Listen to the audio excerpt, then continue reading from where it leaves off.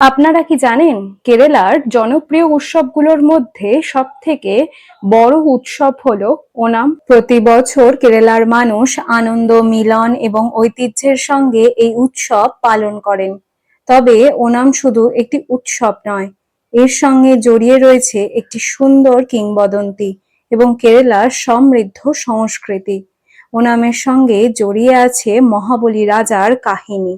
লোকবিশ্বাস অনুযায়ী মহাবলী ছিলেন একজন জনপ্রিয় ও ন্যায়পরায়ণ রাজা। তার শাসনকালে মানুষ সুখে শান্তিতে বসবাস করত এবং সমাজে বৈষম্য ছিল না।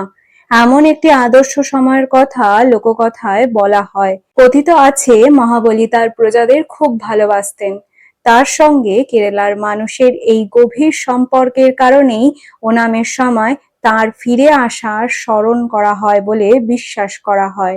ওনামের অন্যতম সুন্দর ঐতিহ্য হলো পুক্কালাম। বিভিন্ন রঙের ফুল দিয়ে বাড়ির সামনে মাটিতে তৈরি করা হয় অসাধারণ সুন্দর নকশা।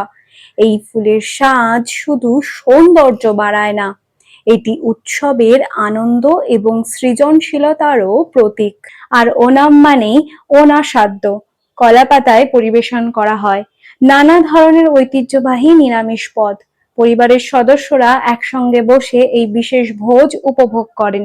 তাই খাবারের মধ্যে দিয়েও ওনাম মানুষের মধ্যে মিলন ও আনন্দের বার্তা দেয়। ওনামের আরেকটি আকর্ষণ হলো ভাল্লাম কালী, অর্থাৎ ঐতিহ্যবাহী নৌকা বাইচ। লম্বা নৌকায় অনেক মানুষ একসঙ্গে দাঁড় বেয়ে ছন্দের সঙ্গে এগিয়ে যান। নদীর বুকে এই প্রতিযোগিতা দেখতে দূর দূরান্ত থেকে মানুষ জড়ো হন। এছাড়াও রয়েছে পুলিকালি। এতে শিল্পীরা শরীরে বাঘের মতন রং করে নাচ ও অভিনয়ের মাধ্যমে উৎসবকে আরো প্রাণবন্ত করে তোলেন। তবে ওনামের সবচেয়ে সুন্দর দিক হয়তো এটি মানুষকে একসঙ্গে এক জায়গায় নিয়ে আসে। পরিবার, আত্মীয় স্বজন ও বন্ধুরা একত্রিত হন, নতুন পোশাক পরেন, খাবার ভাগ করে নেন এবং আনন্দে উৎসব পালন করেন। তাই ওনাম শুধু একটি উৎসবের নাম নয়, এটি কেরালার সংস্কৃতি, ঐতিহ্য, প্রকৃতি, খাবার, শিল্প এবং মানুষের মিলনের এক সুন্দর প্রতিচ্ছবি। প্রজন্মের পর প্রজন্ম ধরে চলে আসা এই উৎসব আজও কেরালার মানুষের মনে আনন্দ ও ঐক্যের অনুভূতি জাগিয়ে তোলে। ওনাম তাই শুধু উৎসব নয়, এটি কেরালার মানুষের ভালোবাসা, ঐতিহ্য ও একসঙ্গে থাকার এক সুন্দর উদযাপন।